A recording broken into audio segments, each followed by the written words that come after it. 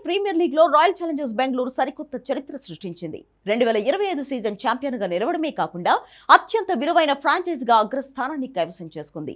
చాలా ఏళ్లుగా అగ్రస్థానంలో కొనసాగుతున్న Mumbai Indians, Chennai super Kings వంటి జట్లను వెనక్కి నెట్టి ఆర్సీబీ ఘనత సాధించింది. తాజా నివేదిక ప్రకారం ఆర్సీబీ బ్రాండ్ విలువ గత ఏడాదితో పోలిస్తే $227 మిలియన్ నుంచి $269 మిలియన్ పెరిగింది. భారత కరెన్సీలో ఆ జట్టు విలువ 2256 కోట్లకు చేరుకుంది. గతేడాదితో పోలిస్తే ఆ టీం బ్రాండ్ వాల్యూ 18.5% పెరిగింది. ముంబై ఇండియన్స్ 2019 కోట్లతో రెండో స్థానంలో నిలవగా ఆ ఫ్రాంచైజ్ బ్రాండ్ వాల్యూ గత ఎడిషన్ కంటే 18.6% పెరిగింది. ఇంతకు ముందు వరకు టాప్ లో ఉన్న చెన్నై సూపర్ కింగ్స్ మూడో స్థానానికి పడిపోయింది. గతేడాదితో పోలిస్తే ఆ జట్టు బ్రాండ్ వాల్యూ కేవలం 1.7% మాత్రమే పెరిగింది. భారత కరెన్సీలో సిఎస్కే బ్రాండ్ వాల్యూ 1961 కోట్లుగా ఉంది.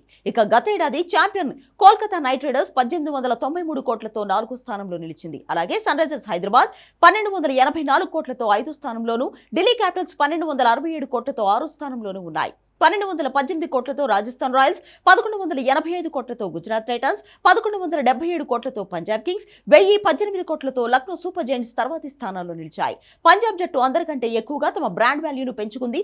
గతేడాదితో పోలిస్తే ఆ టీం విలువ ఈసారి 39.6% పెరిగింది. మరోవైపు ఐపీఎల్ టోర్నీ బ్రాండ్ వాల్యూ 13.8% పెరిగి 32,721 కోట్లకు చేరింది.